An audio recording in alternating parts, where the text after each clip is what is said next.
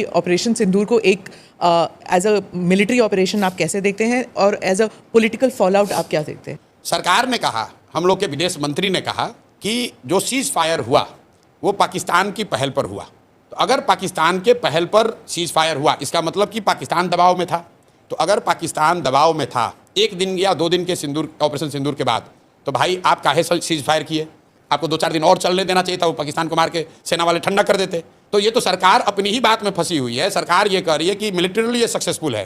तो जब सक्सेसफुल था, पाकिस्तान घुटने पर आ गया था, आपसे सीज फायर के लिए रिक्वेस्ट कर रहा था, तो आपने सीज फायर किया क्यों? देश की जनता तो यही पूछ रही है कि भाई सीज फायर ये अचानक से क्यों हो गया? ट्रंप जी अपना अलग डफली बजा रहे हैं कि हमने अमेरिका से ही करा दिया। तो भाई ट्रंप की बात को हम क्यों मानेंगे? हम तो अपने देश की बात, सरकार की बात मानेंगे। हमारे देश की सरकार कह रही है कि पाकिस्तान के रिक्वेस्ट पर सीज फायर किया गया।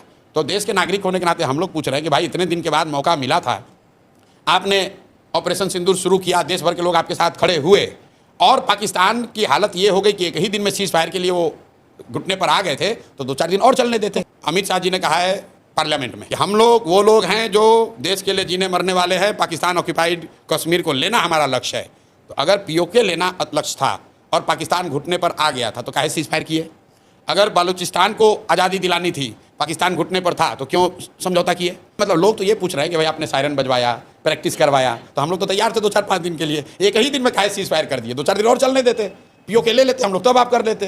लोग ये चाह रहे हैं कि जब मौका मिल गया था तो पूरा ही साफ कर देते। बीजेपी के स्वयंभू नेताओं ने कहा कि अरे आपने इंदिरा जी को क्या देखा, हम तो पाकिस्तान को 4 टुकड़ा में कर देंगे, हम बलूचिस्तान बना देंगे, हम पीओके ले लेंगे। तो भाई कर लेना था। फिर आप कह रहे हैं भाई तो न्यूक्लियर स्टेट है। तो भाई न्यूक्लियर स्टेट वो एक ऑपरेशन सिंदूर होने के बाद थोड़ी ना बना, वो तो पहले से भी था। वो तो असेसमेंट मोदी जी जैसे विद्वान लोगों ने किया ही होगा पहले से। तो भाई काहे लड़ाई शुरू किए? और किए तो पूरा करना चाहिए। देश की जनता ने तो नहीं कहा कि हम लोग न्यूक्लियर वाले से डर रहे हैं। भाई बीजेपी को अगर आप मुझे एनालिस्ट पूछेंगे तो चुनावी नुकसान होगा जिस मैनर में ऑपरेशन सिंदूर को जिस मैनर में रोका गया, और खासकर ट्रंप के ट्वीट के बाद। मैं अपना अनुभव आपको बता रहा हूँ। मुझे किसी ने अमेरिका से भेजा उस समय कि ट्रंप ने ट्वीट किया है कि सीज फायर हो गया। तो मैंने कहा यार फोटोशॉप होगा, ये ऐसा कैसे हो सकता है?